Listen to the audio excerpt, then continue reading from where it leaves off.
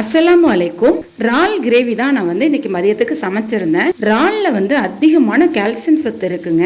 நம்ம உடம்புல ஏதாவது எலும்புல பிரச்சனை இருந்துச்சுன்னா இந்த இறால் சாப்பிடுறதுனால அந்த எலும்பு கோளாறுகளை நீக்கிறதுக்கு இந்த இறால்ல இருந்து கிடைக்கிற சத்து ரொம்ப ஹெல்ப்பா இருக்கும். இந்த இறால் கிரேவி நான் எப்படி சமைச்சேன்னு பார்க்கலாம் வாங்க, வீடியோக்குள்ள போகலாம்.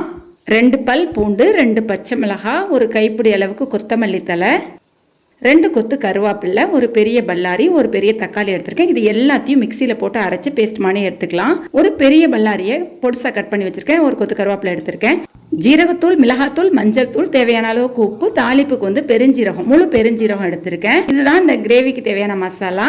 தேங்காய் அரைச்ச விழுது 2 ஸ்பூன் அளவுக்கு ஒரு பவுல்ல போட்டு வச்சிருக்கேன். மீதி தேங்காவை நல்லா திக்கு பாலா எடுத்து இந்த அரைச்ச விழுதோட சேர்த்திருக்கேன். இப்படி சேர்க்கும் போது ரொம்ப டேஸ்டா இருக்கும். முழுசா தேங்காய் விழுதா சேர்த்தோம்னா டேஸ்ட் அவ்வளோ நல்லா இருக்காது. இப்போ நம்ம எடுத்து வச்சிருந்த வெங்காயம், தக்காளி, பச்சை மிளகாய் எல்லாத்தையுமே மிக்சியில் அரைச்சி ஒரு பேஸ்ட் மாதிரி அதையுமே எடுத்து வச்சுட்டேன். இறால் கிரேவி செய்யறதுக்கு தேவையான எல்லாமே ரெடி பண்ணி வச்சாச்சு. இப்போ ஒரு கடாயை எடுத்திருக்கேன். அதுல ஒரு பெரிய குழிக்கரண்டி அளவுக்கு எண்ணெய் சேர்த்திருக்கேன். எண்ணெய் தேங்காய் எண்ணெய், சன்ஃபிளவர் ஆயில், உங்களுக்கு பிடிச்ச மாதிரி ஆயில் எடுத்துக்கலாம். அதுல 1/2 ஸ்பூன் பெருஞ்சீரகம் சேர்த்துட்டு ஒரு கொத்து கருவேப்பிலையுமே உருவி போட்டிருக்கேன். இது நல்லா பொரிஞ்சு வந்ததுக்கு அப்புறம் கட் பண்ணி வச்சிருக்க வெங்காயத்தையுமே இது கூட சேர்த்துடலாம். சேர்த்ததுக்கு பிறகு இந்த கிரேவிக்கு தேவையான மொத்த உப்பையுமே நான் இதுல சேர்க்கிறேன். 1/2 ஸ்பூன் உப்புத்தூள் சேர்த்திருக்கேன். சேர்த்துட்டு இதை நல்லா கலந்து விட்டுடலாம். வெங்காயம் கொஞ்சம் நிறம் மாறி வரணும். இந்த அளவுக்கு நிறம் மாறி வந்ததுக்கு அப்புறம் ஒரு வாட்டி கலந்துட்டு நம்ம அரைச்சு வச்சிருந்தோம் இல்லையா வெங்காயம், தக்காளி, பச்சை மிளகாய், அந்த மசாலாவை இதுல சேர்த்துடலாம். சேர்த்துட்டு இதை ஒரு வாட்டி கலந்து விட்டுக்கலாம். இது எல்லாம் மிக்ஸ் ஆகி இந்த பச்சை வாசனை எல்லாம் போய் எண்ணெய் பிரிஞ்சு வர வரைக்கும் அடுப்பை சிம்ல வச்சுட்டு வெயிட் பண்ணலாம். இந்த ஸ்டேஜ்ல இதுக்கு தேவையான மசாலையுமே சேர்த்துடலாம். 1/2 ஸ்பூன் மிளகாய் தூள் சேர்த்திருக்கேன். 1/4 ஸ்பூன் ஜீரகத்தூள், 1/4 ஸ்பூன் மஞ்சள் தூள் சேர்த்திருக்கேன். காரம் உங்க விருப்பம், நீங்க கூடுதலா வேண்டாம் சேர்த்துக்கோங்க. நான் இதுல கார்லிக் பவுடருமே சேர்த்திருக்கேன். 1/4 ஸ்பூன் அளவுக்கு கார்லிக் பவுடர் சேர்த்திருக்கேன். எல்லா சூப்பர் மார்க்கெட்லயுமே கார்லிக் பவுடர் கிடைக்குது. வாங்கி ஒரு டைம் யூஸ் பண்ணி பாருங்க, ரொம்ப சூப்பரா இருக்கும். இந்த பவுடர் சேர்க்கும் போது இந்த கிரேவி ரொம்ப டேஸ்டா இருக்கும். உங்ககிட்ட இல்லைன்னா ஸ்கிப் பண்ணிக்கோங்க. அதனால ரொம்ப பெரிய வித்தியாசம்லாம் வராது டேஸ்ட்ல.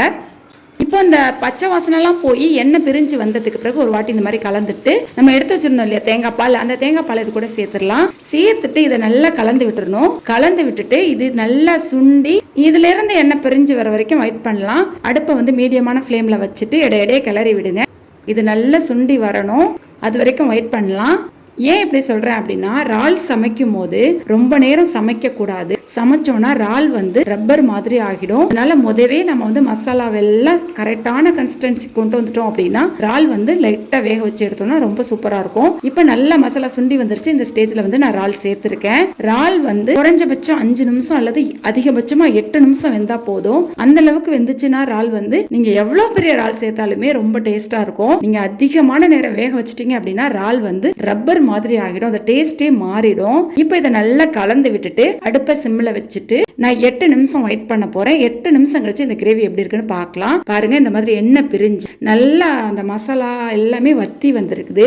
இந்த 8 நிமிஷத்துல இறாலுக்குள்ள உப்பு உரப்பெல்லாம் ஏறுமா அப்படின்னா கண்டிப்பா ஏறிடும். இதை நல்லா ஒரு வாட்டி கலந்து விட்டுக்கோங்க. நம்ம இறாலை சமைச்சு முடிச்சதுக்கு அப்புறம் மூடி வச்சுட்டு 1 மணி நேரம் கழிச்சு சாப்பிட்டோம் அப்படின்னா இறால்ல நல்லா உப்பு உரப்பெல்லாம் கண்டிப்பா ஏறி இருக்கும். பாருங்க எந்த அளவுக்கு சூப்பரா ரெடி ஆகி வந்திருக்குன்னு. அல்ஹம்துலில்லாஹ், இறால் கிரேவி ரொம்ப நல்லாவே எனக்கு ரெடி ஆகி வந்திருக்கு. நான் போட்ட உப்பு உரப்பு எல்லாமே ரொம்ப கரெக்டான அளவுல இருந்துச்சு. இப்போ தேவையான அளவுக்கு மல்லித்தலையை தூவிட்டு அடுப்பை ஆஃப் பண்ணிடலாம். அல்ஹம்துலில்லாஹ், ரொம்ப ரொம்ப சுவையான இறால் கிரேவி ரெடி. இந்த வீடியோ உங்களுக்கு பிடிச்சிருந்துச்சுன்னா லைக் பண்ணுங்க, கமெண்ட் பண்ணுங்க, ஷேர் பண்ணுங்க. தேங்க்ஸ் ஃபார் வாட்சிங். அஸ்ஸலாமு அலைக்கும்.